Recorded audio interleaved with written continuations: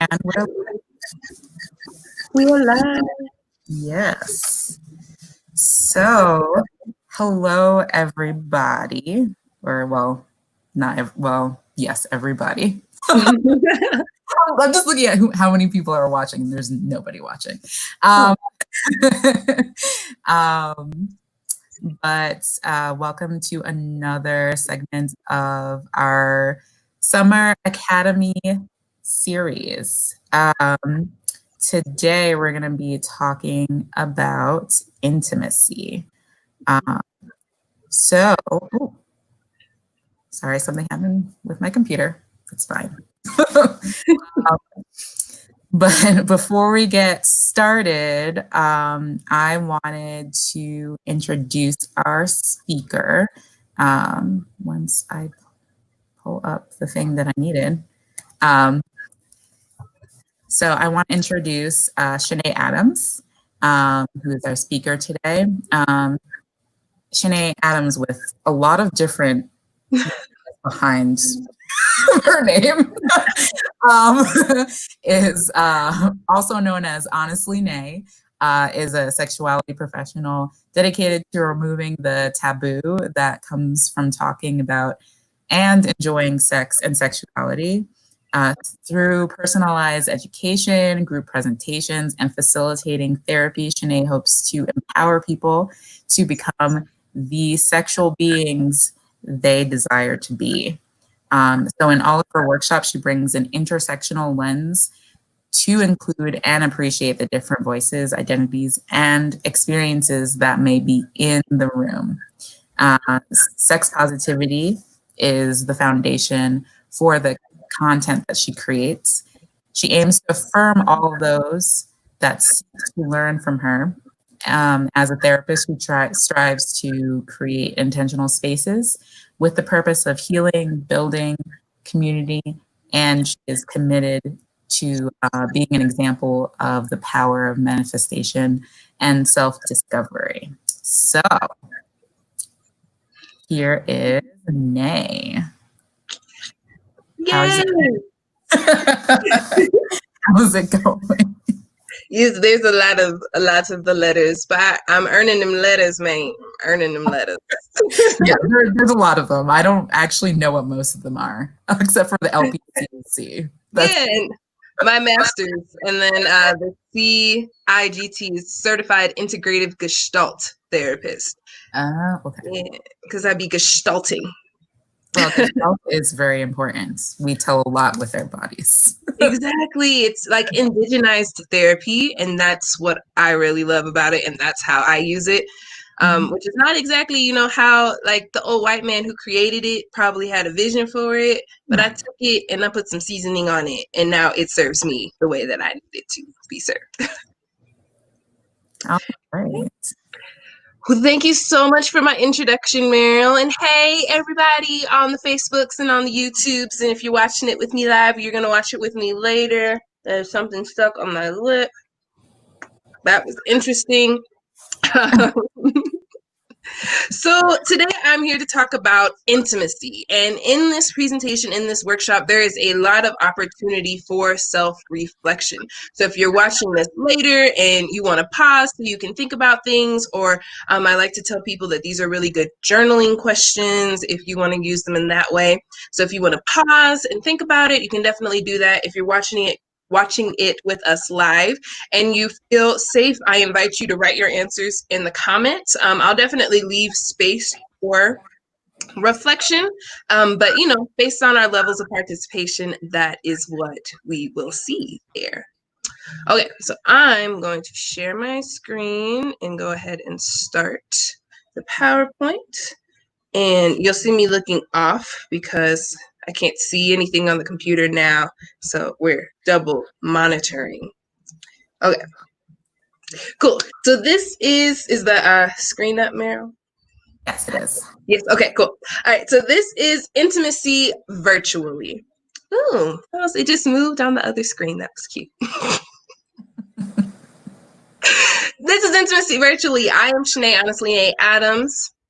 I recently just graduated with my master's in clinical counseling from Adams State University, and I am a licensed professional counselor candidate, which means that, I'm a therapist, but I'm under a therapist until I could be like a fully evolved Pokemon. I have also been a sexuality professional for the last 11 years or so. So that means that I create different workshops. I do a lot of work in my community on creating, safe spaces for us to be able to engage in conversation, and safe spaces for us to be able to learn about ourselves and really kind of rest in the liberation that is embracing sex and sexuality. Like Meryl mentioned, I really like to break the taboo that surrounds discussing sex and sexuality, and just makes it really accessible for people, and makes it a lot easier for you to advocate for yourself, to learn about yourself, to do all of the things. But today we are here to talk about intimacy. So before we even kind of get into it, I want to know, what do you know about intimacy? What comes to mind when you hear the word intimacy? And think about what you know from the media, what you know from friends, from family, etc. So take a minute and literally just dump everything that comes to your brain when you hear the word intimacy.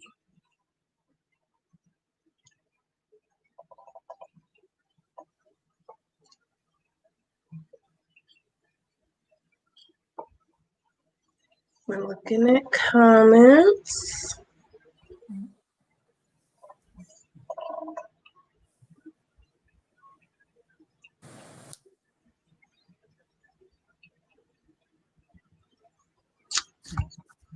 Cool. I feel like I can feel the brain ticking and moving around, and really kind of feel the energy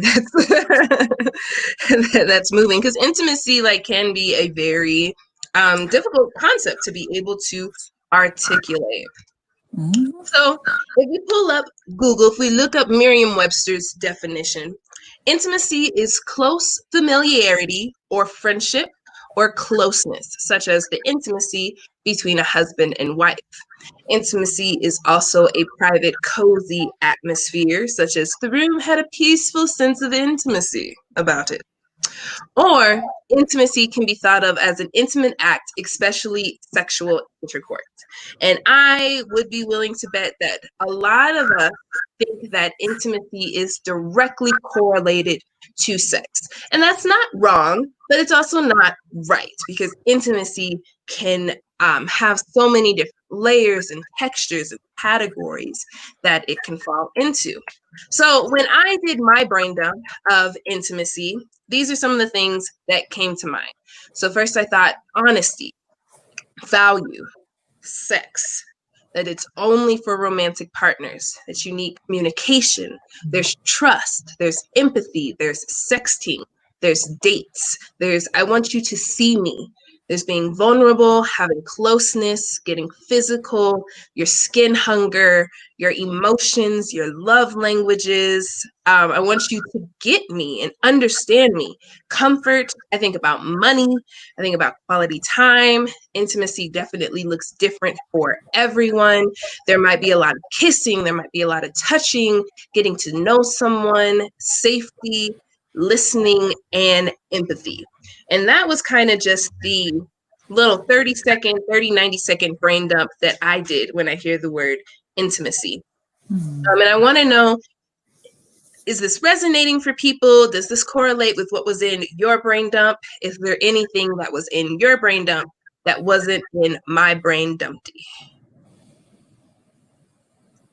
I mean, I can answer for myself while we're waiting. Yeah. On the comments. Yeah, I think this does, for the most part, resonate with me. When I think about intimacy, I think about just a sense of closeness, whether that be physical or emotional. So anything involving that, and which pretty much encompasses what you've listed here. Mm-hmm. Yeah. And like I said, it's so vast, and it's so easy to be able to be like, what is intimacy? What are all of the different words that I can come up with? And just seeing like with all the different voices and the different experiences that are in the room, you can definitely have a completely different brain dump than the one that we see here today, for sure. Cool. Okay. So like I said, intimacy is all of this and more. It's all of this, it's some of this, it can be none of this. When we really go into intimacy, we can break intimacy up into several categories. And what I've chosen here are the 6 categories that I really want to get into, but there are several other categories. So what we're going to talk about today is social intimacy, emotional intimacy, spiritual intimacy, intellectual intimacy, physical intimacy, and sexual intimacy. And some others that aren't included might be financial intimacy, might be a trauma-informed or mental health intimacy, might be a kind of definitely depending on like your sexuality and your orientation or your relationship style. There might be like monogamous intimacy or ethically non-monogamous intimacy. There are so many different categories that we can imbue in. So just looking at the 6 that we have right now, combining that with kind of this overview of what we think intimacy can be, think about the categories of intimacy in the current COVID-19 pandemic. When you mix those 2 things in your brain, what are some initial thoughts?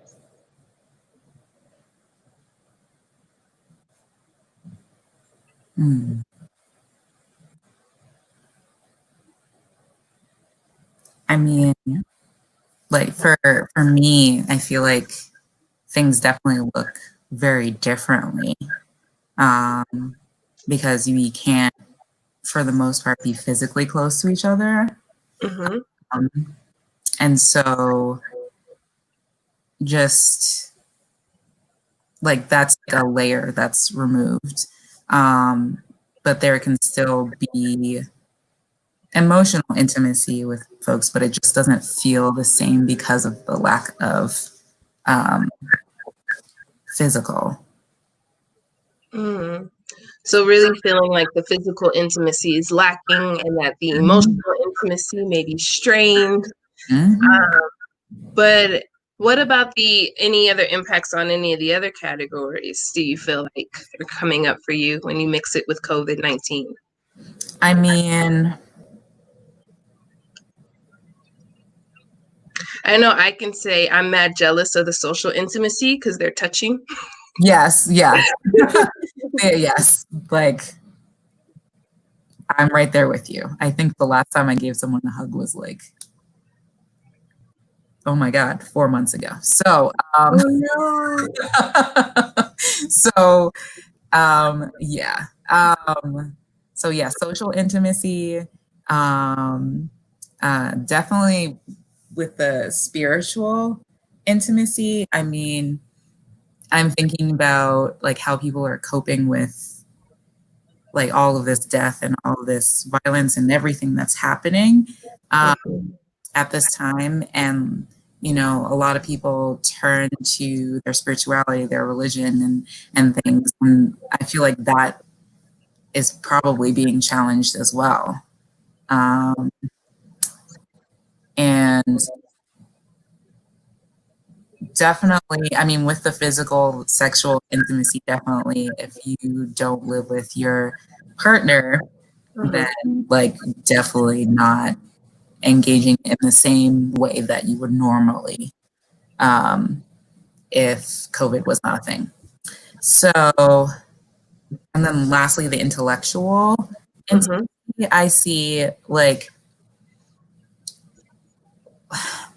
with there not being, I mean, I feel like this can be a little different depending on where you are. So if you're in school, everything is virtual. And so I don't know about a lot of other folks, but with me and computers and anything with a screen, I don't process it as well as I do something like a physical book. and things like that.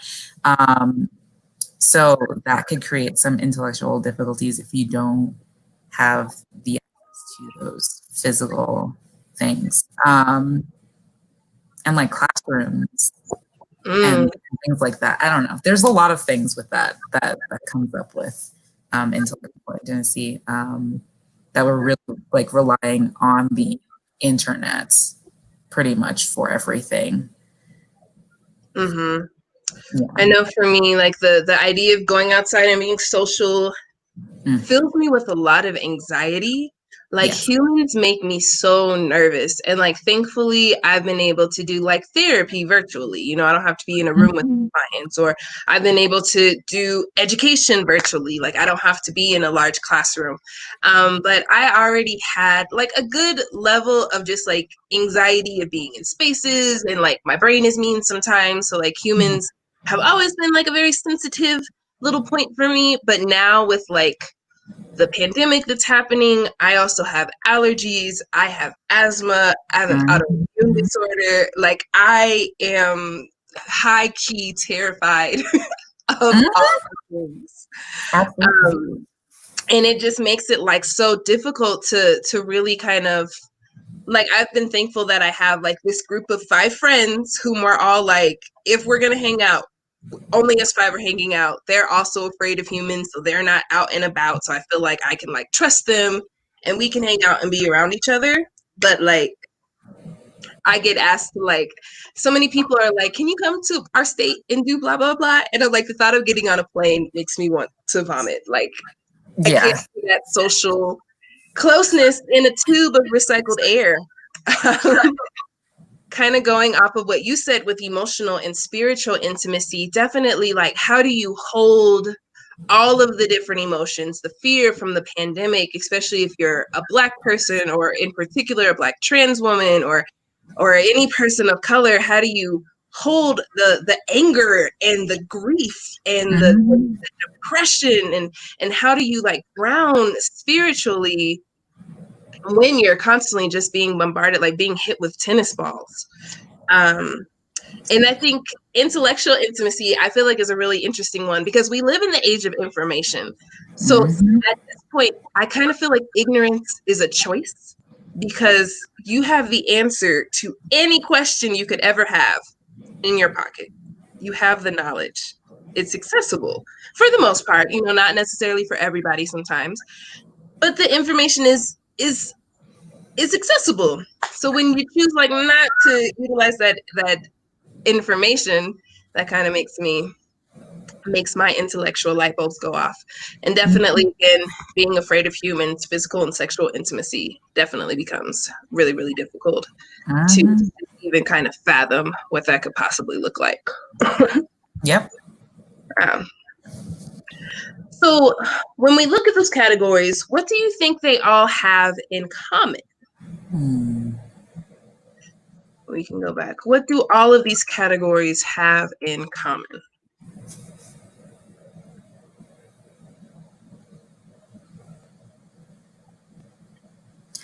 I can't think of what they all have in common off the top of my head, but what a lot of them have in common is it involves more than just you.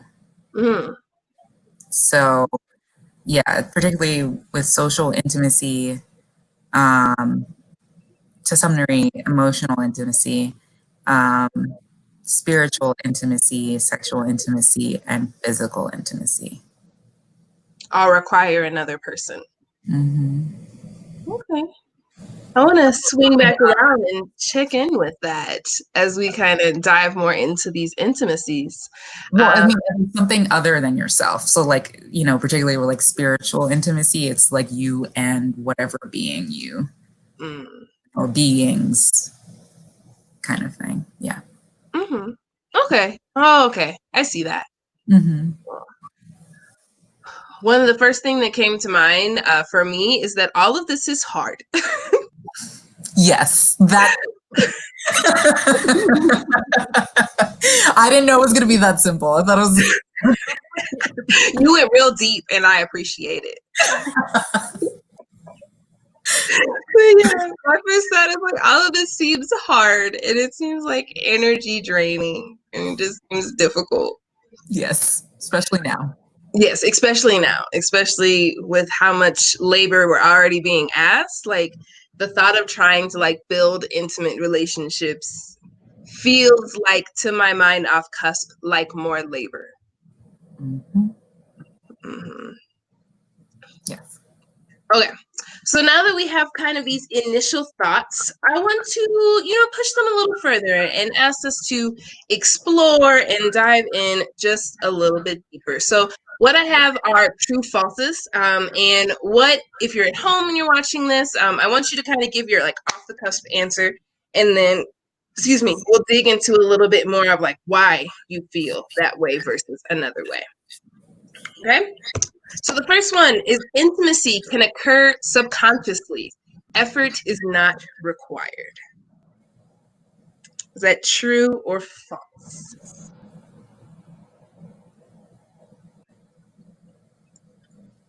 I mean, I want to say that's false because I feel like all forms of intimacy take effort. Mm-hmm. So, yeah. Cool. And I feel that I can definitely see like, well, no, like you definitely have to work. But then I also think about like the intimate relationships that I have that were just kind of like really deep and really close from Mm-hmm. jump. And we didn't have to do anything more than like show up as our authentic selves. That intimacy just really just built right under our noses. And we were conscious of the fact that we feel really close, but subconscious or unconscious to the fact that that intimacy had an undertone brewing, and that's why we were able to feel so close. Yeah. What about to build intimacy, you first have to know what you want from the relationship?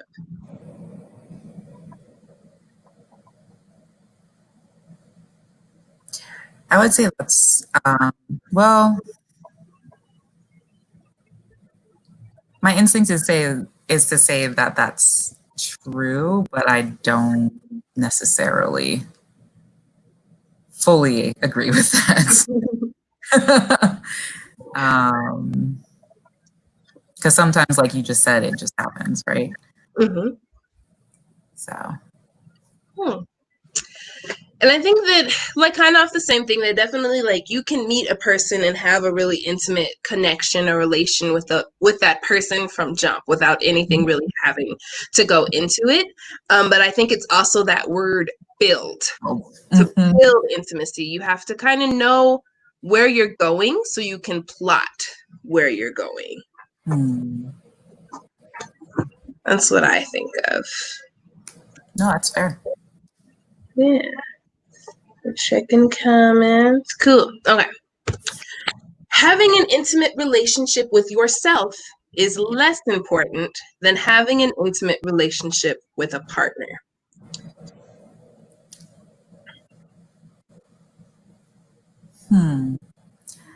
I would say that that's definitely false.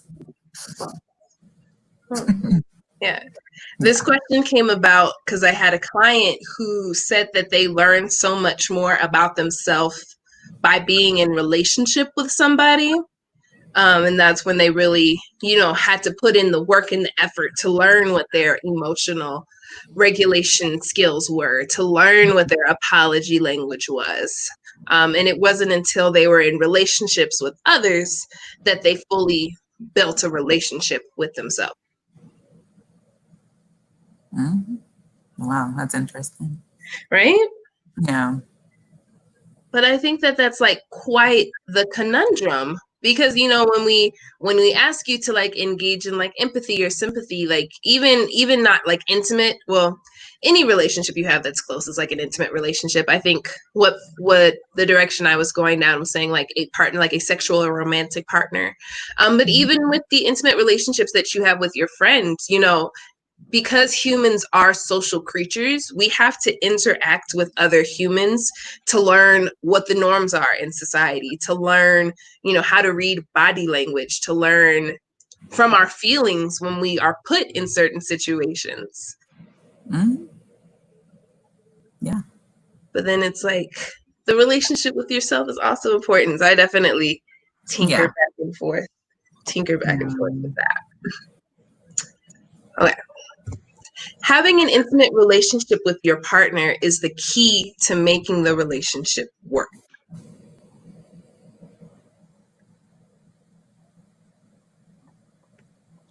I mean, I feel it's a trick question because it depends on what kind of relationship you have with this person, I feel like. Say more about that.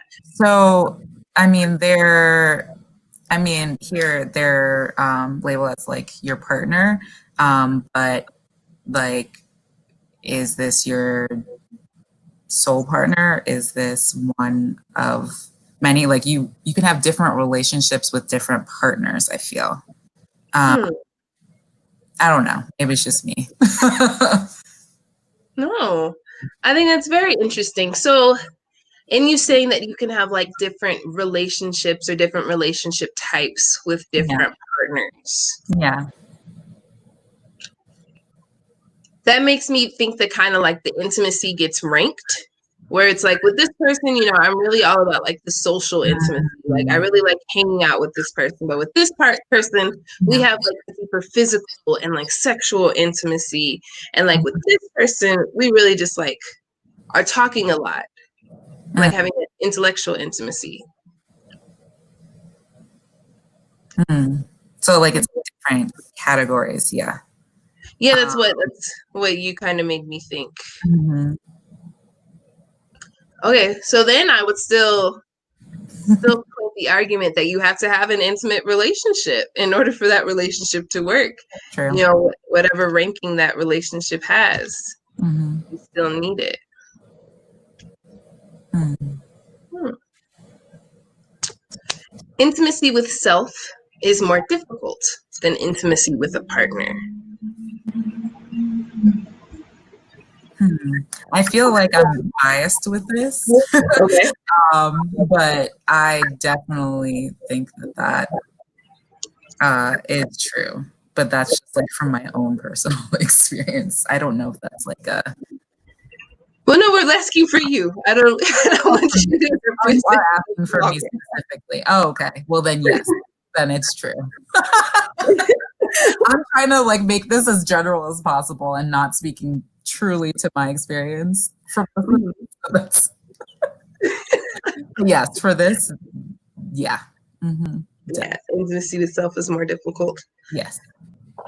This makes me think of the meme of like, would you date you? Would you be in a relationship with you? And it's like, that can be a really scary answer because then you kind of have to like own all your crap. Yep. And you kind of have to sit with, this is all my crap. I don't know if difficult is as good of a word as terrifying. I think it's both for me. Yeah. Yeah, difficult and terrifying. Mm-hmm. Yeah.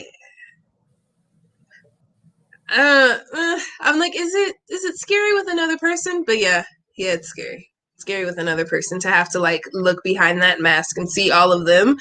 But then at least you can like separate yourself from that. Like that is them. When you have to look behind your mask and see all of you, you're like, holy crap, it's me.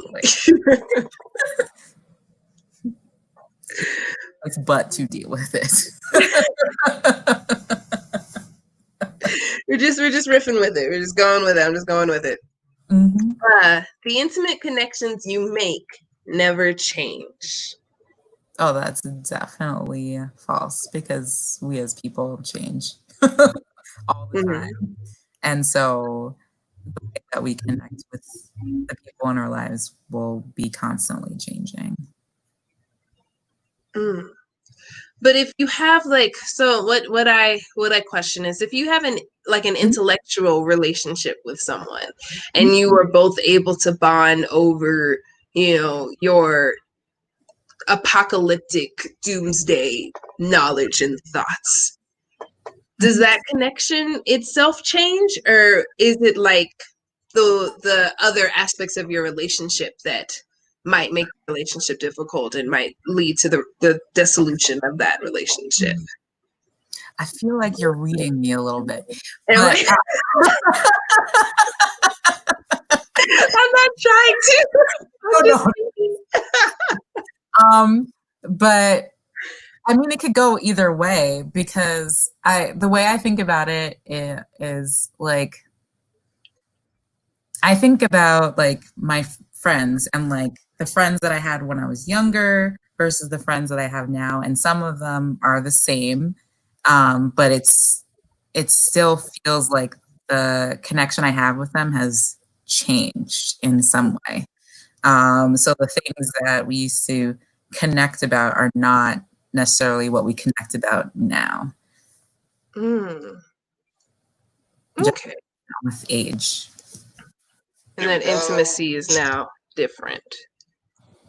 I'm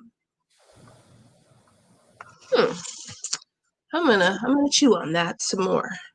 Yeah.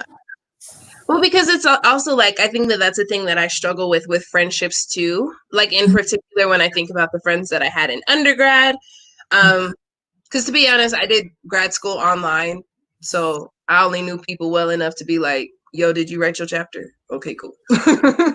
Kind of thing. But like when I think about the friendships in undergrad, we don't feel as close as we felt in undergrad, but that doesn't mean that like those still aren't my people.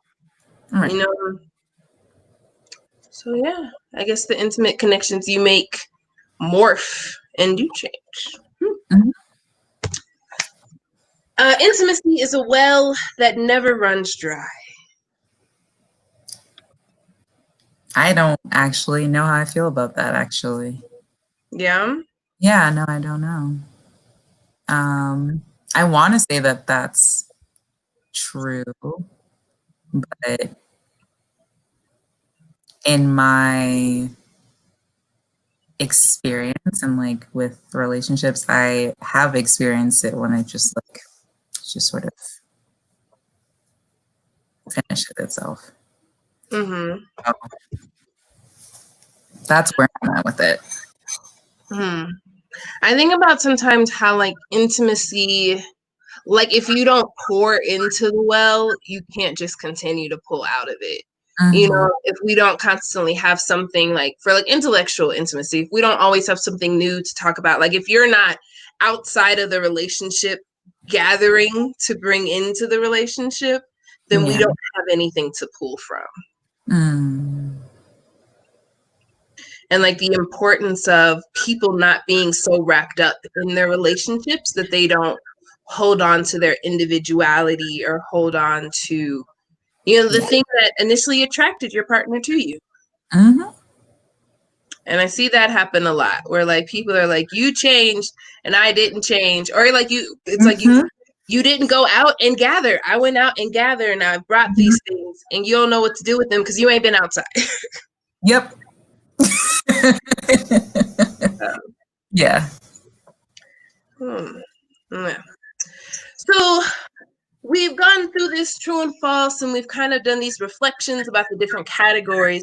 So if you could sum up intimacy in one word, is there a word that comes to mind? I think the word that I mentioned before, which is like closeness, but different kinds of closeness. Yeah. Yeah. I like that word. Then it's all about the different closenesses you have. The one word that comes to my mind is communication. Is that, you know, intimacy is built on this platter of communication, and you can season it however you want. You can season it with physical and sexual and emotional and spiritual, but if you don't have a decent plate of communication, you can't even really kind of get close to a person because now you're kind of sharing different meals.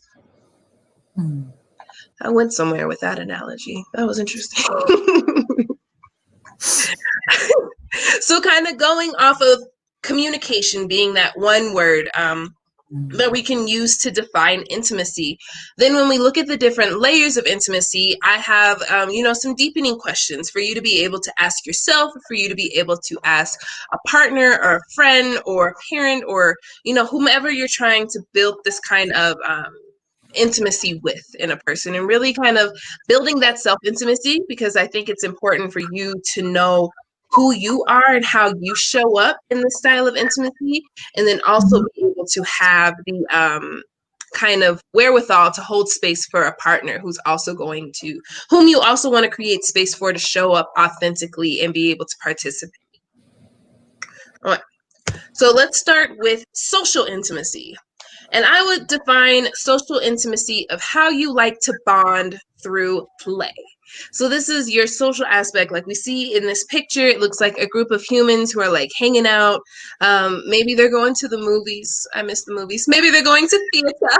I miss theater. Maybe they're going to go eat and not have to be paranoid and wear radioactive gear to go, but they're going out and they're going to go bond through play. So Mhm. some things to think about is, what is your style of play? Are you the playful type who likes to make play out of anywhere? Do you like to do improv? Do you like to jump in and kind of like riff with your partner? Or do you like to play board games? Do you like to play Twister? Do you like to play video games and like have that open world to explore? What is your style of play, and how can Mhm. you make space for whomever you're building this intimacies with style of play? Another thing to think about is, what is your perfect date? Which I tried to find the Miss Congeniality gift, but she's like April 24th, because all you need is a white sweater. Like, if you had to design a date that would make you feel fun and really engaged and that you would just have the best time at, what happens on that date? And be specific. Where are we going? What are we wearing? What are we going to do? How's it going to feel when I beat you at the thing that we're going to do? You know? um, Another way to build social intimacy is through inside jokes. So, what inside jokes do you share? What are stories or experiences that you both had that you can use to, kind of like impact the way that you're moving today? And a good question that I always like to ask the couples that I work with is, how can we spend time apart that honors our relationship and allows us to show up authentically? So not only how are you playing with your partners within the relationship, but how do you play outside of your relationship so that way you can bring something back to contribute to the well of intimacy? Mhm. Any initial thoughts from here, Meryl? No, I mean, I feel like these are some good questions to like start thinking about um, how you engage with others. Mm-hmm. How Um, you play? I know I always get told I play too much, but then I'd be like, but what does that mean? Because you keep coming around. Apparently, I play enough to keep you interested.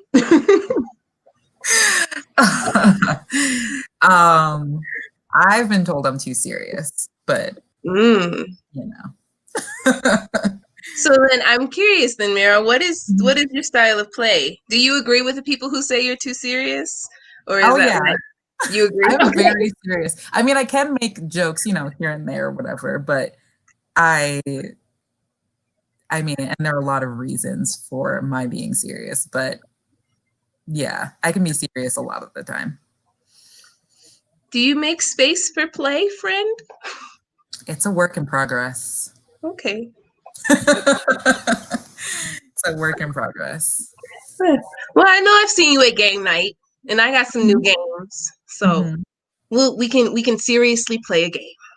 Yeah, I haven't played a game in a long time, aside from Oh, like individual like video games, but not even that as much. So, yeah, you know. I feel that. So another aspect of social intimacy that we're seeing with the 21st century and that we're seeing with millennials who are engaging in social intimacy is social media. And we're able to bridge social intimacy into social media.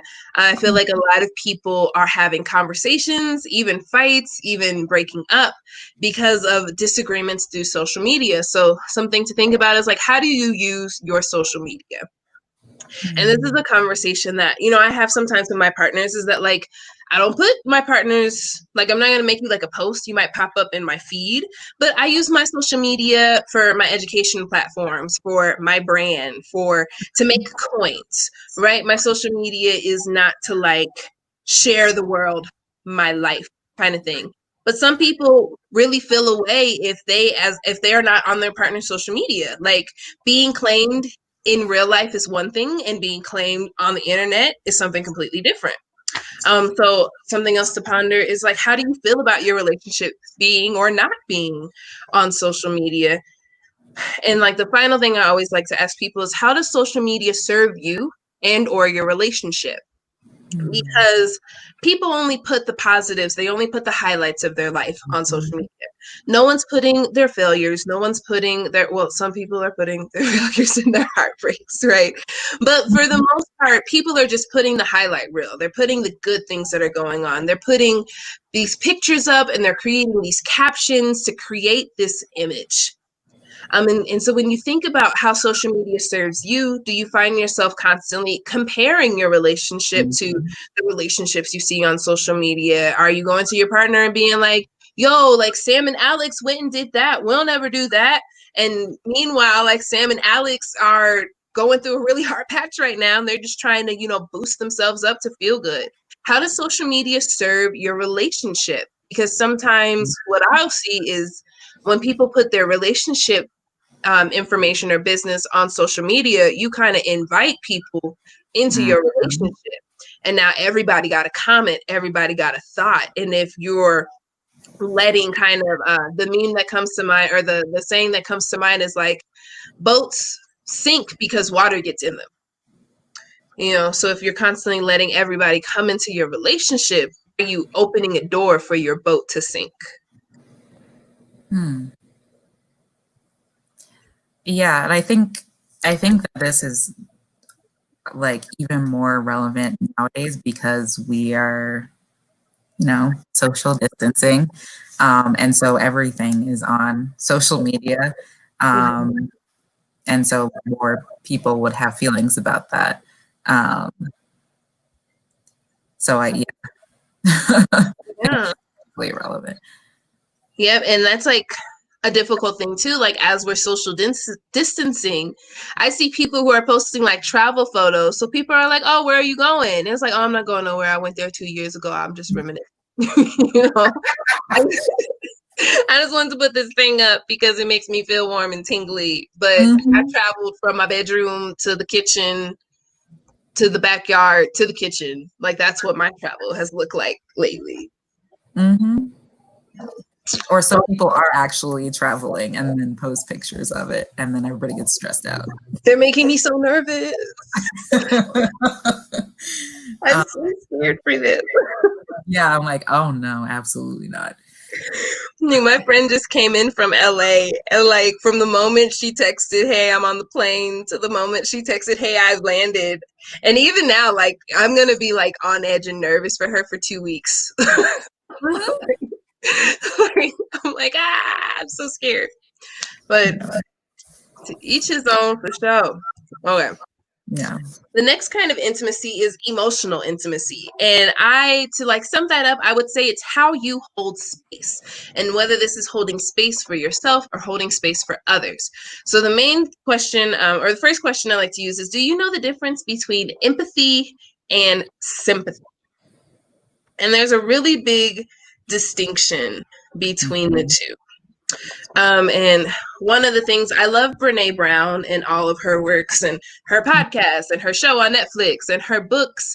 But sympathy is like, if you have a friend who falls into a hole, and they're in the hole and they just can't get themselves out of the hole, and everything is just horrible in the hole, and you come up to the hole and you look in and you see your friend and you're like, "Oh, I'm so sorry you're in the hole.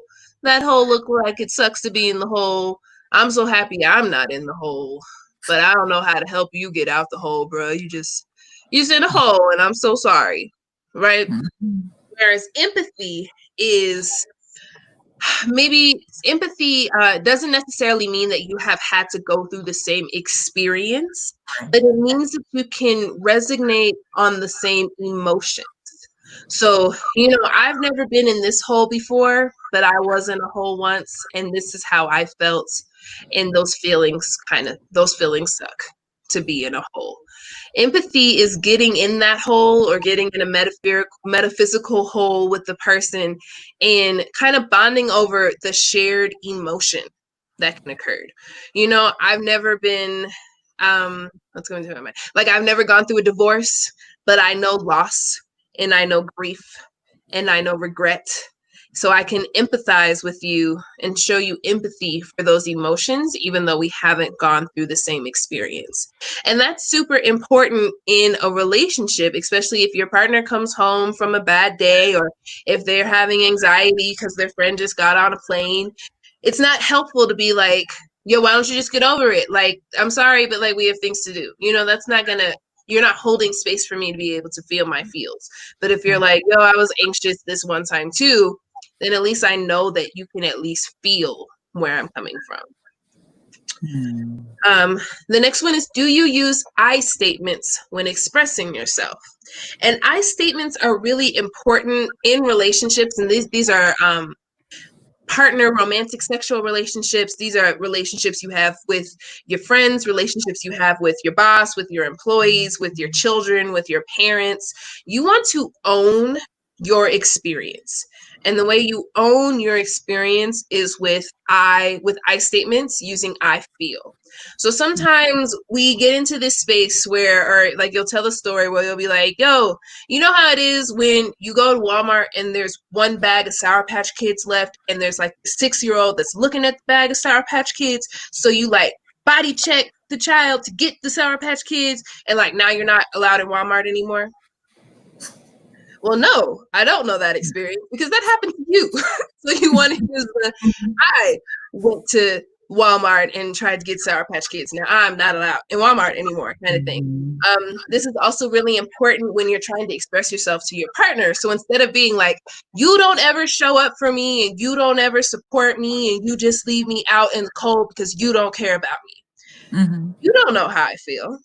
Right. You need to own your experience. So it's, I feel like you don't ever show up for me and you don't support me. And I feel like I get left out in the cold when you don't show up because I feel like I put so much energy into supporting you. And I feel like that energy is not reciprocated. So now I've owned my experience. Now I've lessened the possibility for you to feel really defensive because when you feel attacked, what do you want to do? You want to defend yourself. Now you're not listening to empathize. You're listening to respond. You're listening to win. You're listening to be right. And when you own your experience, no one can win an experience. No one can be right about my experience. Another question is, how vulnerable can you let yourself be? How safe do you feel and how much trust do you have? And what are things that you need in order to feel safer and build that trust so you can hold space or let someone hold space for you? And I also really love, what is your apology and your love language? How do you say that you're sorry? How do you need to hear that someone is sorry for you to be able to feel like you're actually seen, heard, and acknowledged in your pain? And then also, what is your love language and what is your partner's love language? Because if my love language is words of affirmation and you buy me a car, now you feel like I'm ungrateful and unappreciative when all I really needed for you to say is that you think I'm awesome and look great today, you know? So by knowing this information, you set yourself up in a better position to actually engage in that.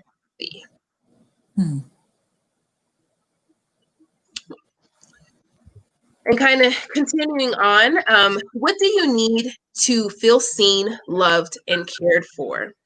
And that has been such an interesting journey for me, particularly right now. Like I just finished reading All About Love by Bell Hooks and really trying to understand how I feel love and how I show love and how I give love, and thinking that like love was this humongous concept that I was just blowing out of proportion, when in actuality, like love is as love does.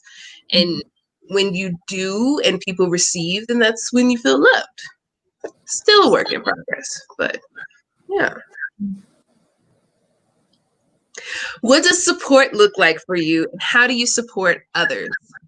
And this is like being really specific, you know, don't be like, show up for me. Let me be like, I would feel really supportive if you would come to my performances and you would listen to me rehearse and you would, you know, cook so I could focus on, you know, what I need to focus on. Like that also goes into like, what is your love language and how do you feel loved? And then I always like to end this with, how are you feeling for real? Like the world's on fire. There's a lot of death and a lot of trauma happening. How are you feeling for real? Right. Instead of just saying like, I'm okay.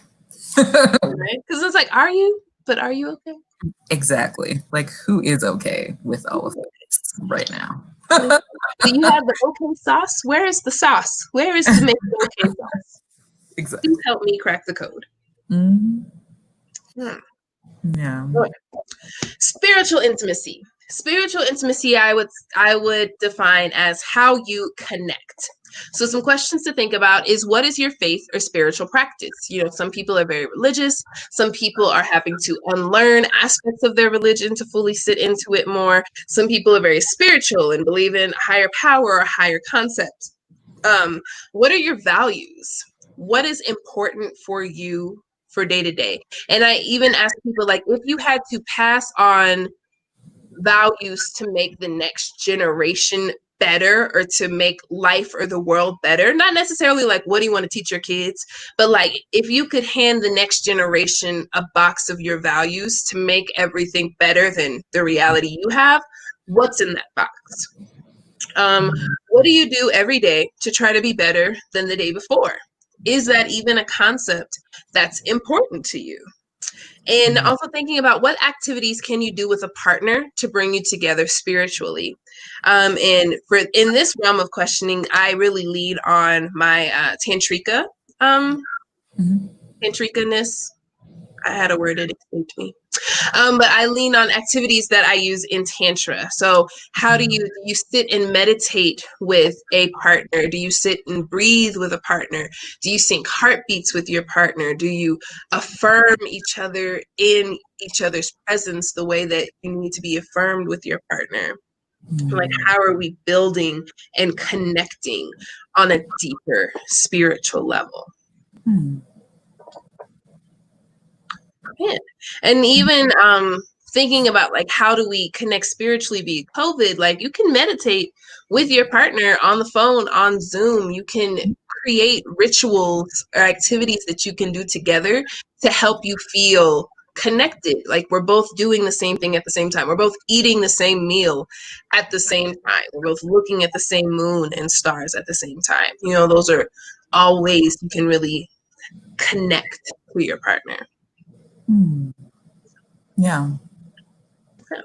And things to think about for yourself is, when do you feel the most in tune with yourself?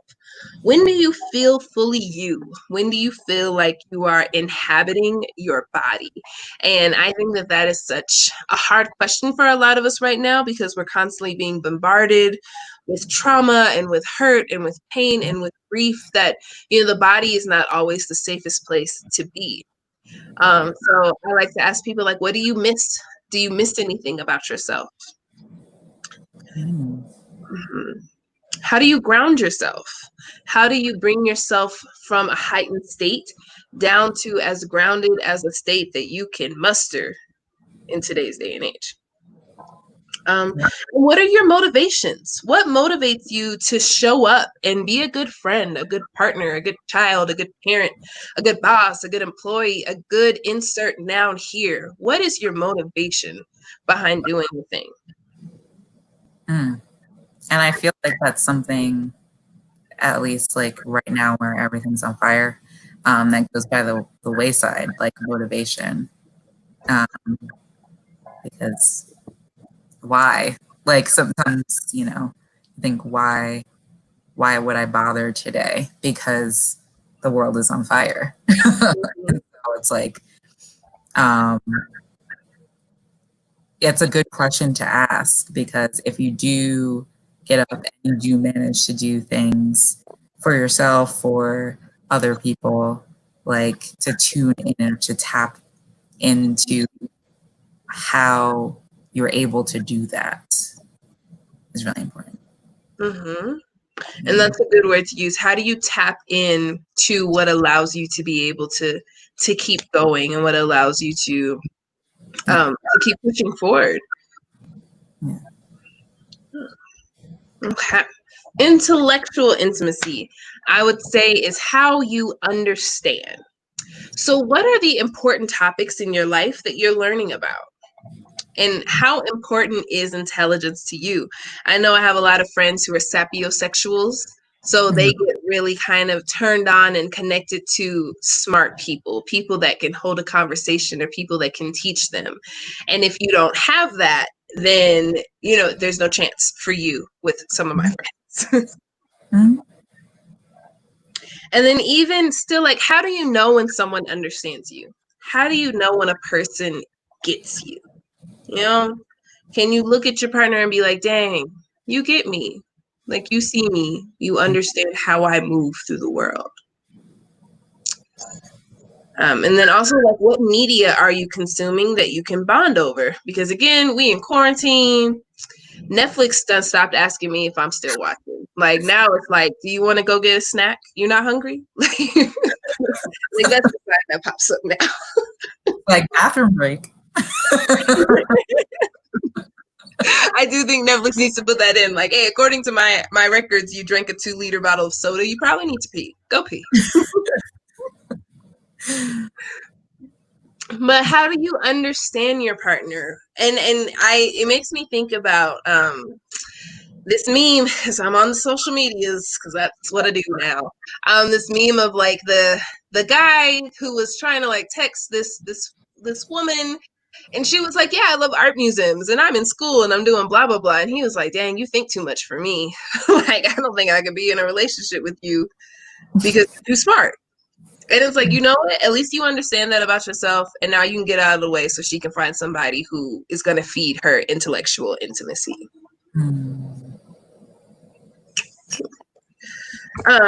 Physical intimacy. It's not how you understand. Okay. Well, physical intimacy is also a way to connect. I must have deleted the wrong one because this slide was twice. So physical intimacy is how you bond, how you touch, how you satisfy, that physical layer, that physical realm. So a question to ask is, how important is touch to you? And what relationship rituals do you have, such as hugging or kissing when you're greeting or when you're exiting? And then also, like, how do you feel about secret handshakes or coordinated dance breaks?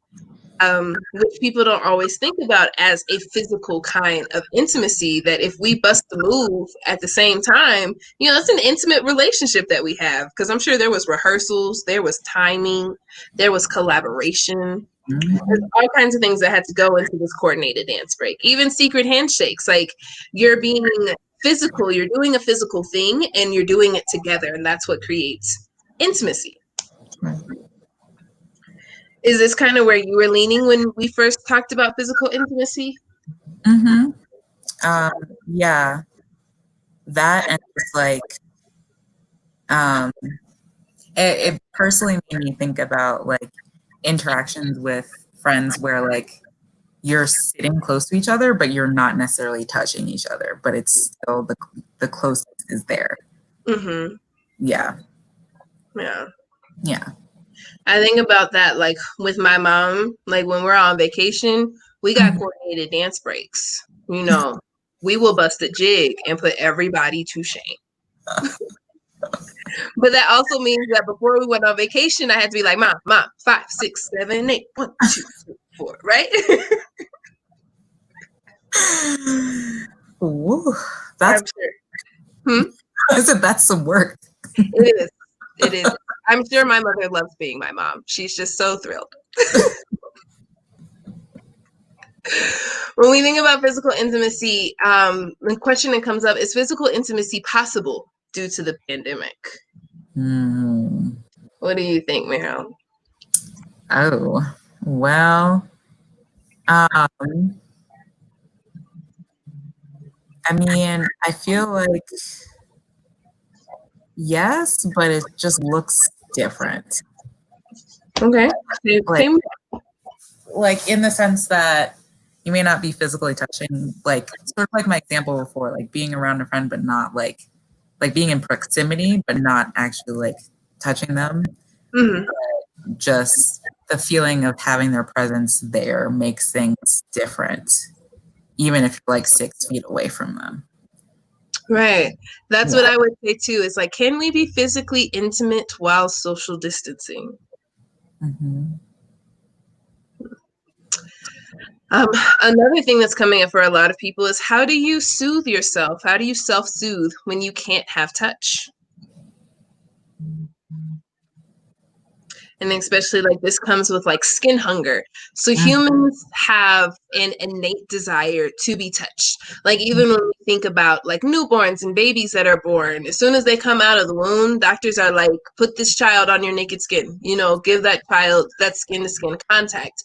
And even like babies can die without touch. They get failure to thrive and they get fits. So touch is super duper important for us as humans. But like you said, like you haven't hugged anyone in 4 months. So what do we do? How do you soothe yourself when you can't touch? I have a weighted blanket. Yeah. That um, it's not like the greatest thing in the world, but it helps. Hmm. So I like that. I have a weighted blanket too. I also take baths. I will get in hot water and close my eyes and just pretend, right? Mhm. And there's also like rituals where you can do self massage and you can touch yourself. You can do tapping to help to relieve some of that sensation and some of that need to be touched. And like for substitutions, I think it really looks like, as you said, like change, like acknowledging that things may look different, but you can Yeah. still have that physical intimacy. We can still be physically intimate while social distancing, while Mhm. 6 feet apart, Yeah. keeping each other safe. Yeah. I think even one time I took a virtual like Reiki class, so I did self Reiki, Mm. like things like that.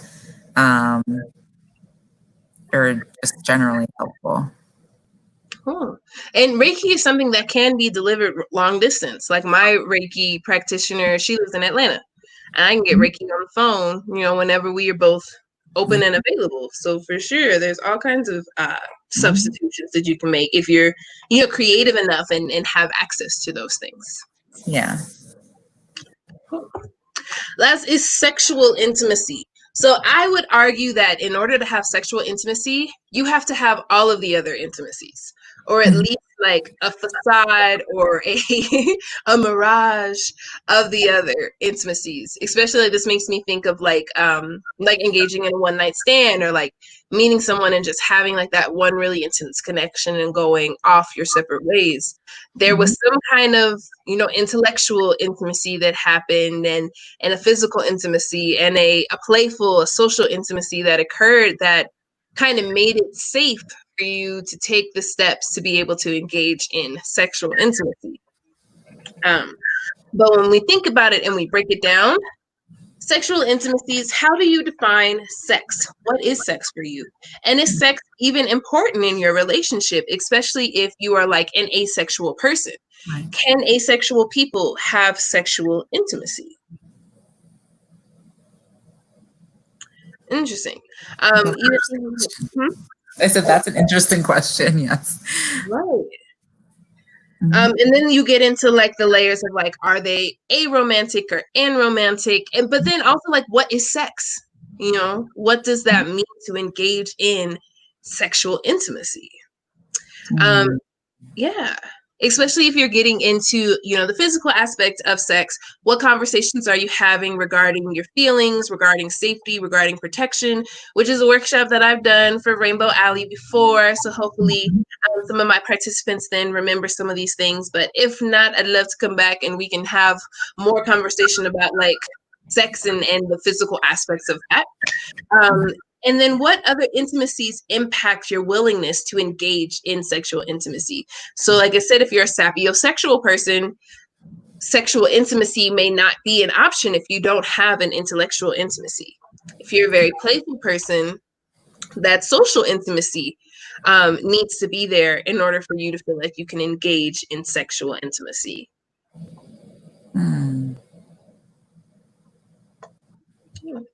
Yeah. So then, is sexual intimacy possible due to the pandemic? What do you think? I think it is just because of technology. And like the fact that you can like video chat with people, you can, I mean, if you're old school, you can use your phone. Just talk to, yeah, like, yeah, you don't necessarily have to be in the same room to have sexual intimacy with somebody.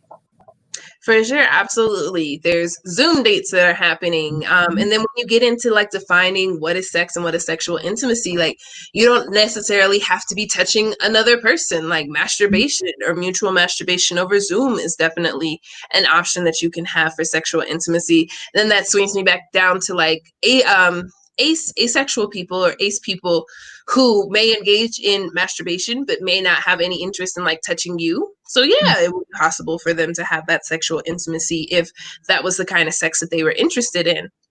How do you soothe yourself when you cannot have sexual intimacy? I know at the beginning of the pandemic, I would see a lot of like tweets and memes of people being like, yo, I'm about to risk it all and go get me a quarantine bae. Like I can't go. Mind you, it was like 2 weeks in, and now we're looking at like 5-6 months. I wonder if anybody's checked on those people to make sure that they're okay. But like, what do you do when you desire sexual intimacy, but you can't have it? I mean, You pull out that weighted blanket. yeah, like I feel like a lot of people have been like buying sex toys and things like that. Just exploring masturbation a bit more than they would normally because of the lack of physical contact with other people that they can have. So. Yeah. And even the way you were saying, like, because of technology, you can buy a sex toy that your partner can control. And now you're able to have that sexual intimacy because you're both actively participating. Masturbation for sure, self-exploration. And I make the joke that like, yo, like as much as everybody's masturbating, as soon as outside is safe, you better be able to like articulate to your partner, this is what I like and this is how I like it. Like ain't no time to be figuring it out. I already did the research. I did the work. Here's the manual. Read the manual. Had plenty of time to figure all this out. I got the key code. Down, down, up, up, left, right, center. I got it. And then even thinking about how does sexual intimacy serve you or serve your relationships? And I bring this up for people who may be dealing with like desire or libido differences that are happening in their relationship, where you know you have a partner who has a lower libido and you have a higher libido, and maybe you're not having as much sex as you would like. Really sitting and thinking about how does the sexual intimacy serve your relationship? Is it just like an arousal thing that you have? Is your skin hunger just on 10? Or is sexual intimacy so powerful for you that if you don't feel like your partner is sexually interested into you, does that make it difficult for you to believe any of the other intimacies that are possible in your relationship? And that's been something like I've seen that couple where it's like they're not sexual, like they don't want to have sex with me. I don't think they like me. I don't trust anything that they're saying. I don't want to be around them because they don't like me. Whereas the partner is like, my medication just changed, my libido dropped, or I'm older, like things are changing. My body's not responding the way that I want it to. So really, really looking at how that intimacy serves your relationship and looking for ways to pick up, you know, what you feel like you're missing in the relationship in another way.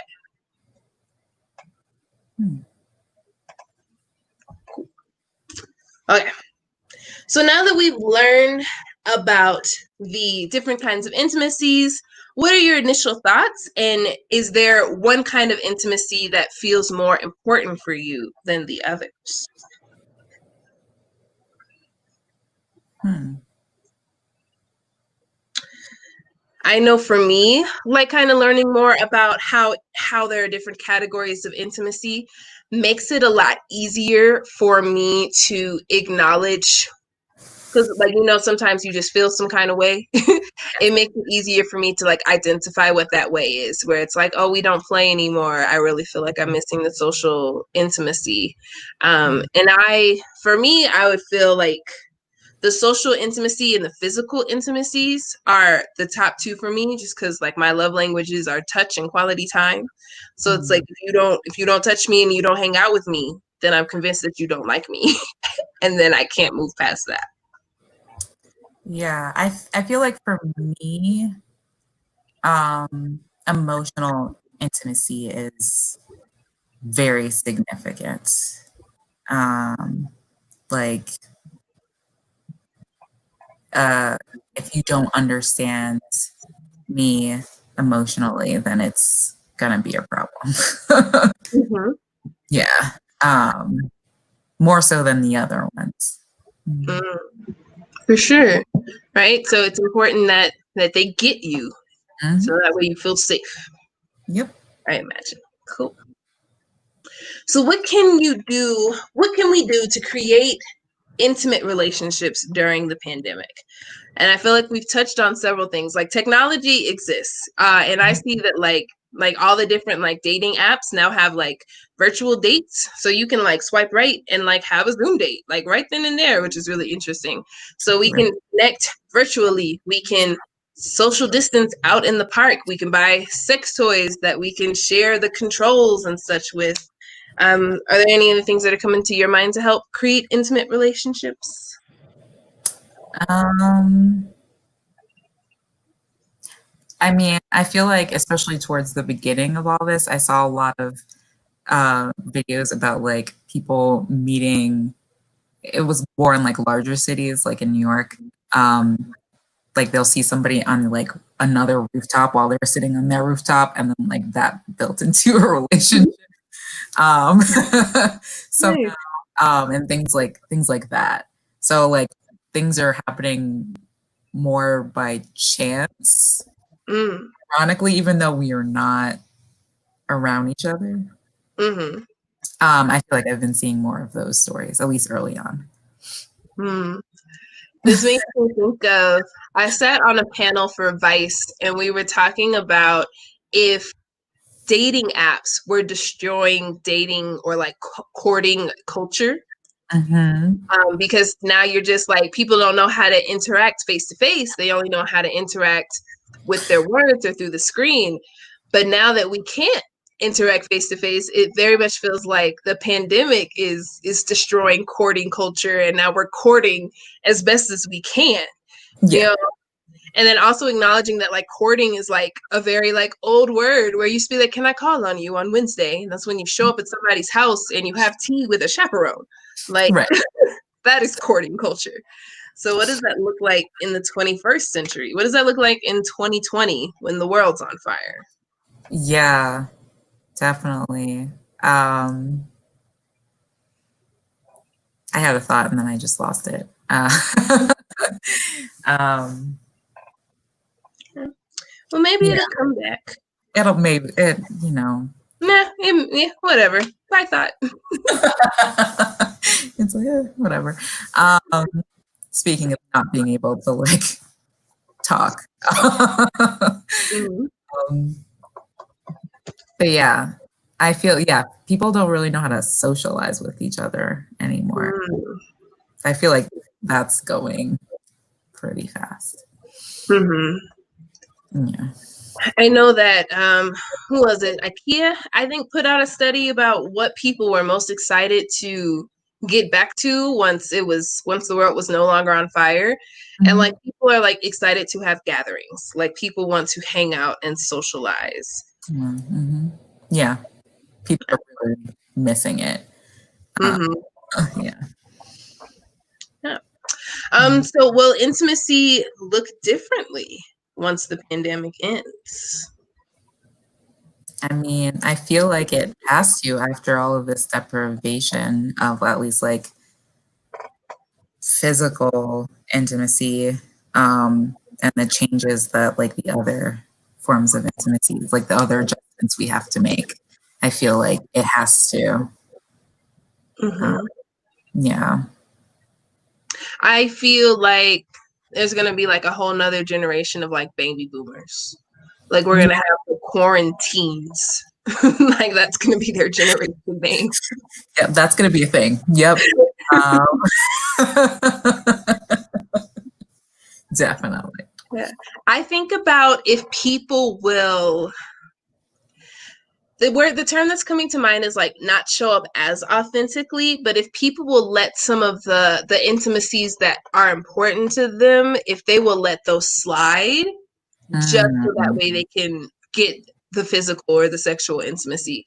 You know, if they're sapiosexual, will they just mess with the beautiful human instead of the smart human because Mm. of how much like longing and desire they've had? Yeah, that could absolutely happen.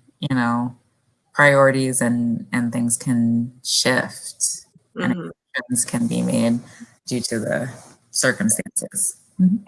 Mm-hmm. Okay. So as we think about what intimacy will look like once the pandemic ends, and even as we think about the intimacy that we want to build and kind of garner in the relationships that we're having, will have in the future, I use a lot of visualizations in my therapy. And when you use visualizations, when you kind of see what you want in your mind's eye, you paint a clear picture for the universe because she is petty. And if you are not specific, she will hand you whatever is in her bag. And it will kind of sort of like a little bit fit, but it won't ever really be a good fit because she Mm. just handed you what she had. So if you can come with a very clear visualization, if you can know what steps you need to take to attain that, and you can also help the universe help you by painting a clear image. Um, Mm. so I invite you, whomever's watching you, Meryl, anybody, to get into a comfortable position. And you can keep your eyes open, you can close your eyes, whatever feels really good for you. But I want you to tap into the intimacy that you felt like was most important for you. I know that emotional intimacy was really important for Meryl. The physical intimacy is really important for me. What intimacy is the most important for you? And I want you to imagine how you would feel when you were in a intimate relationship where that emotion, where that physical touch, where that social, where that sexual, where that uh, physical is fully realized. Think about how you would move through the world with that strong emotional connection. Think about how you would want to show up for that person or persons who provided that emotional, physical, social, sexual, physical intimacy for you. How do you show up for that person? How do you connect to the intimacy that that person also needs? How does it feel to be in relation, to share space with a person who provides you with that intimacy that's most important to you? And as you let this visualization manifest in your mind, if it's social, think about the dates that you're going to go on. If it's intellectual, think about the conversations you're going to have. If it's emotional, think about the stories in your life that you feel need the most sympathy or need the most empathy, that are most pertinent to connection. If it's physical, think about the kind of touch that you want. Sexual, think about the kind of sexual intimacy you want and how it feels. Immerse yourself in this vision. If there's color schemes, if there's smells, tastes, environments. Fully let yourself rest in this realized, intimate connection that will help you to thrive.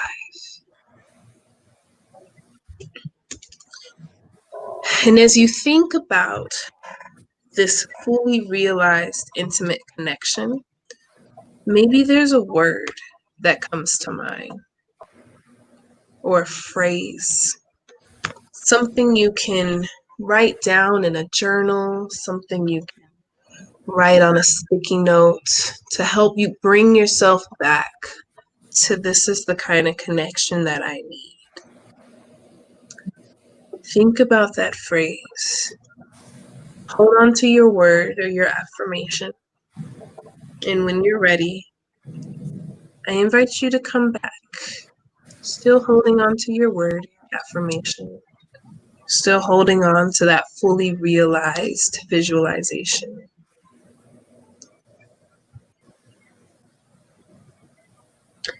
And for those of you online with us or at home, what was your word or your affirmation? If you feel safe enough to share, if you don't, that's great. This was for you. But I do open up for sharing if anyone is interested. I'm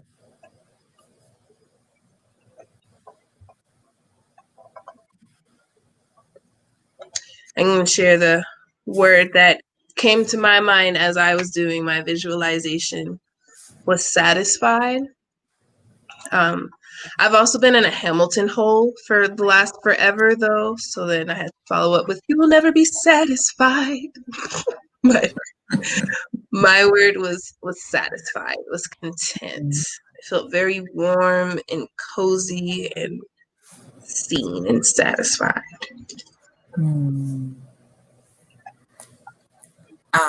One word that came to mind for me was connection.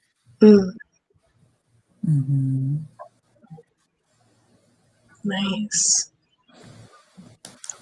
Well, so that is intimacy virtually. If you are at home with us, I hope you got some really good journal questions. I hope that visualization helped you really to imagine what you want your intimate relationships to look like today and beyond. Maybe you can reflect on the intimacy that you've had in the past. I am Honestly Nay, Shanae Adams. You can find me at honestlynae.com. My email is honestlynae@gmail.com. All my social media is at Honestly Nay. And I have a YouTube channel called Honest Sex with Honestly Nay. I also have a Patreon, and I sell stickers. So if you go to honestlynae.com, there's a deal on stickers happening right now. And if you have any questions, if you're watching the playback of this and you want to shoot me an email, please shoot me an email. And let's dig into intimacy and its importance to you.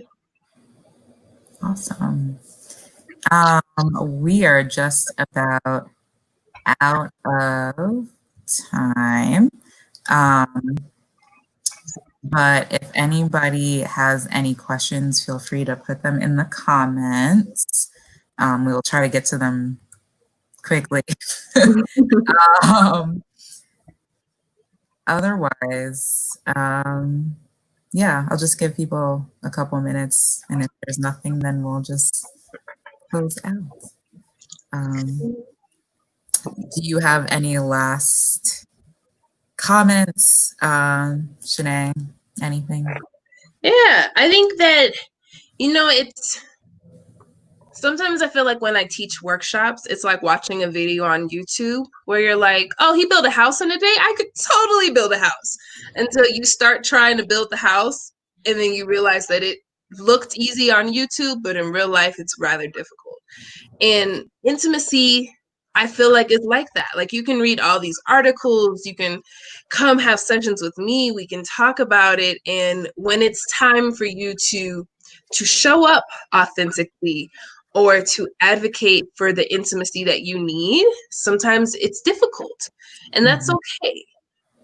Like I said, the word that really came to my mind was hard, that all of this feels really hard.